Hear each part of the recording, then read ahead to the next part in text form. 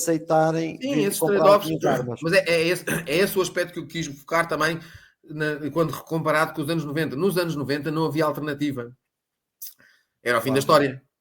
E o peso dos Estados Unidos, né? É preciso lembrar-nos que nos anos 90 o coletivo ocidental, os Estados Unidos, Europa, Austrália, Nova Zelândia, Canadá e Liechtenstein e a Noruega, que aliás, a propósito, na entrevista do Scott Bessent põem-se a gozar os dois com a situação do Nord Stream, a dizer que foram uns noruegueses ou que foram, não sei, uns pescadores, a gozarem com a situação.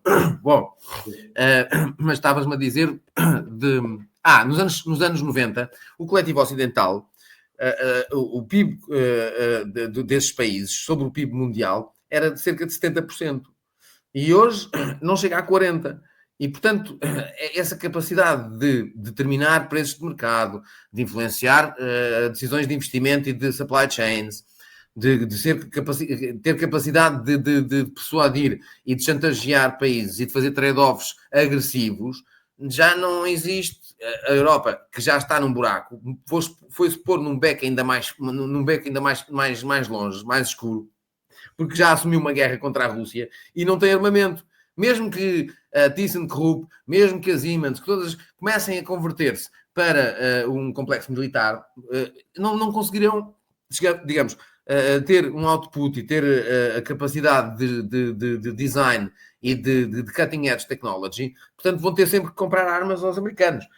Isso é a estupidez das nossas lideranças que se conseguiram, como se dizem os ingleses, conseguiram paint themselves in the corner. Puseram-se num cantinho tão canto que agora não conseguem sair dali.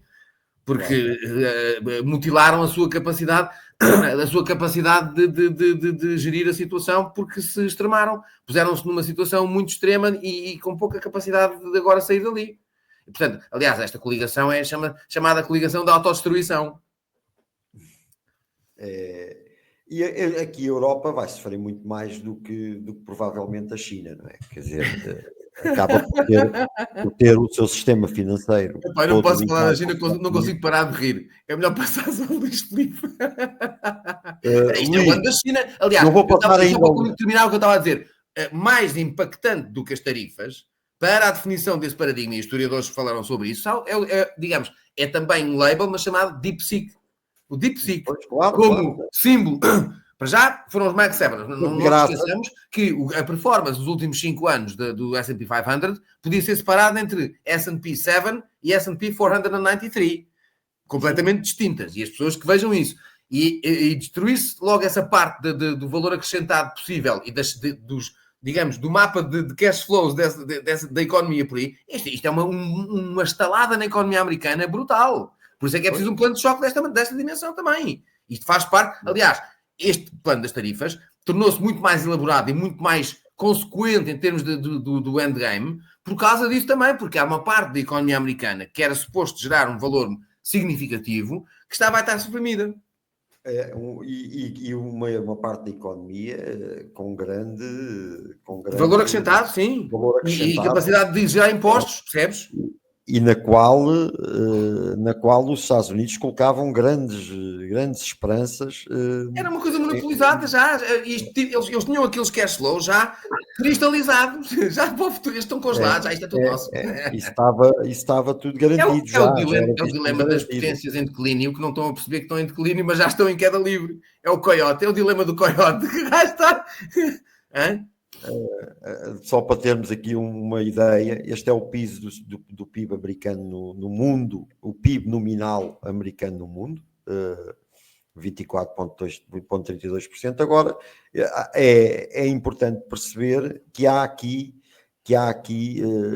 análises que têm que ser feitas relativamente a este PIB e que têm muito a ver com a utilização do PIB. A gente falava disso na terça-feira, a seguir a termos estado com o comandante Farinazzo, com a utilização do PIB como unidade de medida. Quer dizer, quando consideramos aqui esta importância do PIB americano, estes 24% do PIB norte-americano, temos que considerar aqui a dívida estudantil em propinas, os 20%, quase 17% ou 18% de gastos com o sistema, com os serviços de saúde que os Estados Unidos também, que os americanos têm, as armas. todas essas coisas, os endividamentos todos dos cartões de crédito, essas coisas todas, da sociedade mais endividada do mundo.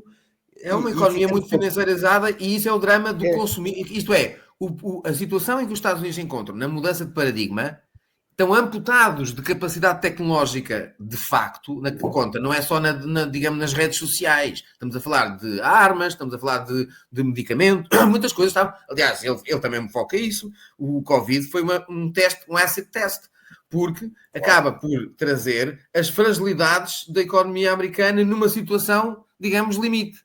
E a independência e a soberania dos Estados Unidos como nação hegemónica acaba por ser um tigre de papel. Isto é, os chineses estavam muito mais preparados para uma situação de choque. E esta terapia deles de shock and awe tem que ver com isso, tem que ver com a resiliência, tem que ver com a capacidade dos Estados Unidos de manter uma posição minimamente hegemónica, e ainda que só nem se teriam virado. Mas a situação era fragilíssima. É uma economia financiarizada que destruiu uma série de setores industriais e pôs-se numa situação de extrema dependência pelo perfil da sua economia, que ser muito mais virado para o consumismo. Filipe, agora